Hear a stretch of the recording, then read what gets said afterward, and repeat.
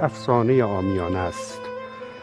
بعضی از مناطق کشور، مخصوصا مناطق کوهستانی، قدیمی‌ها معتقد بودن که در شب‌هایی که مهتاب هست، ماه کامله، کوه‌هایی که پلنگ دارن، پلنگ‌ها میرن روی بالاترین صخره‌ها می‌ایستن، میپرن ماهو بگیرن.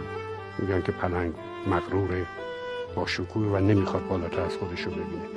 میگن صبح شب‌های مهتابی اگر در اون کوهستان‌ها رفت آمد کنید، توی دره‌ها جنازه پلنگ‌ها رو خواهید دید که پریدن ماهو بگیرن و خب طبیعیه که نگرفتن و پرت شدن پایین. خیال خام پلنگ من به سوی ماه جهیدن بود و ماه را ز بلندایش به روی خاک کشیدن بود.